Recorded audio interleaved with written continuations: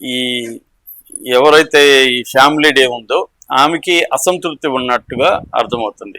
గతంలో కూడా పుకార్లు వచ్చి కేసు పెట్టబోతుందని, ఇప్పుడు కూడా కోర్టులో కేసు వేయబోతుంది వీళ్ళిద్దరి మీద అని ఒక వార్త అయితే వైరల్ అవుతుంది. నాకు తెలిసి లీగల్గా విడాకులు వచ్చేసి ఉంటే మాత్రం, ఎందుకంటే ఎవరు కూడా అఫిషియల్గా స్టేట్మెంట్ ఇవ్వలేదు ఇప్పటివరకు. రాజనీమోరు బయటకు వచ్చి నేను ఫ్యామిలీ డే విడిపోయినాము లీగల్గానే ఆయన చెప్పలేదు, ఫ్యామిలీ డే విడిపోయినామని కానీ ఇంకా మేము లీగల్గా విడిపోలేదని కానీ ఆమె చెప్పలేదు. కానీ మనకున్న సోర్సెస్ ద్వారా తెలిసిందేమంటే క్లియర్గా విడిపోయారు వాళ్ళు, 2022లోనే విడిపోయారు. అందుకనే ఆమె ఇప్పటివరకు ఎక్కడా కూడా ట్వీట్లు, ఆమె ఇన్స్టాలో పోస్టులు పెడతానే ఉంటుంది. ఇండైరెక్ట్గా రకరకాల ఆమె పెయిన్ని, ఆమె బాధల్ని, అట్లాగే తన మీద కొన్ని విసురులని, వీళ్ళిద్దరి మీద విసురులని ఇండైరెక్ట్గా ఆమె పెడుతూ ఉంటుంది.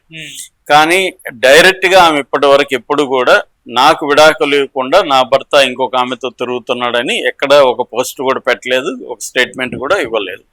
పోనీ ఆమె కాకపోయినా ఆమెకి సన్నిహితులు కూడా ఎవరు కూడా కంప్లైంట్ చేయలేదు. అంటే క్లియర్గా వాళ్ళు విడిపోయారు. కాకపోతే ఆమెకు తనని వదిలేయడం లేకపోతే విడాకులు ఇవ్వడం పట్ల ఆమెకి ఇబ్బంది ఉండొచ్చు. ఆమె ఇంకా కలవలేమని, కుదరదని ఇచ్చేసి ఉండొచ్చు. అట్ ద సేమ్ టైం అతన్ని వదలలేకపోవచ్చు. చాలా మందికి ఈ ప్రాబ్లం ఉంటుంది.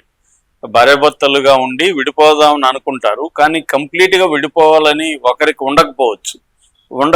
ఒకరికి ఉండొచ్చు విడిపోదామని, ఇంకొకరికి విడిపోదామని ఉండకపోవచ్చు. అలాంటప్పుడు వాళ్ళు ఎక్కువ సఫర్ అవుతారు. ఆ పెయిన్లో నుంచి వాళ్ళు రకరకాలుగా పోస్టులు పెట్టడం, ఎక్స్ప్రెస్ చేయడం అనేది చేస్తుంటారు.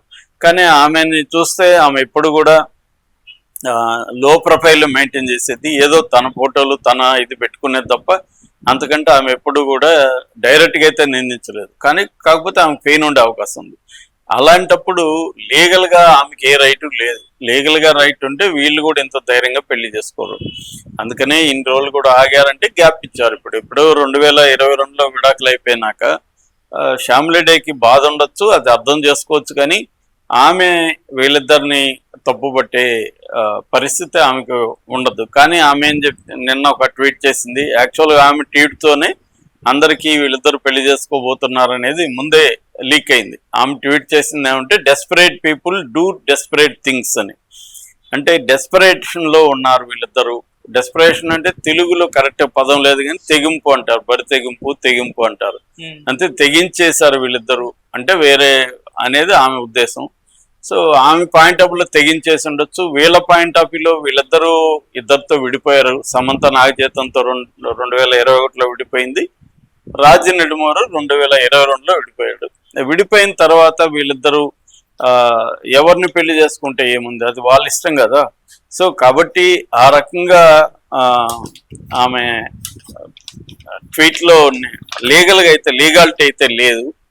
ఆమె పెయిన్ని ఎక్స్ప్రెస్ చేసి ఉండొచ్చు. ఈ సందర్భంగా పూనం కౌర్ ట్వీట్ ఒకటి వైరల్ అవుతుంది. ఆమె నీ కొంప కోసం వేరే వాళ్ళ కొంప కూల్చావన్న అర్థంలో పెట్టడం, అట్లాగే నువ్వు డబ్బులు ఇచ్చి రాజును కొనుక్కున్నావని పెట్టడం, అట్లాగే నార్సిసిస్ట్ నువ్వు అని ఆమెని నిందించడం, ఇవన్నీ ఇండైరెక్ట్గా చేసింది. అట్లాగే ఈమె పర్సనల్ స్టైలిస్ట్ ఒక ఆవిడ ఉంది. ఆమె పార్ట్నర్ ఇన్ క్రైమ్ అని కూడా గతంలో సమంత పోస్ట్ చేసింది.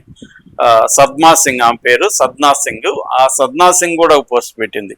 ఆమె ఏంటంటే the villain place the victim so well అని పెట్టింది. అంటే వాళ్ళిద్దరికి కూడా గొడవలు వచ్చినట్టుంది. సో ఇక్కడ కూడా పేరు పెట్టలేదు. ఈమె విలన్ ఎవరు, సమంత విల్లను విక్టిమ్ లాగా నటిస్తూ ఉంది, చాలా బాగా నటిస్తుంది అన్నట్టుగా ఆమె పోస్ట్ పెట్టింది.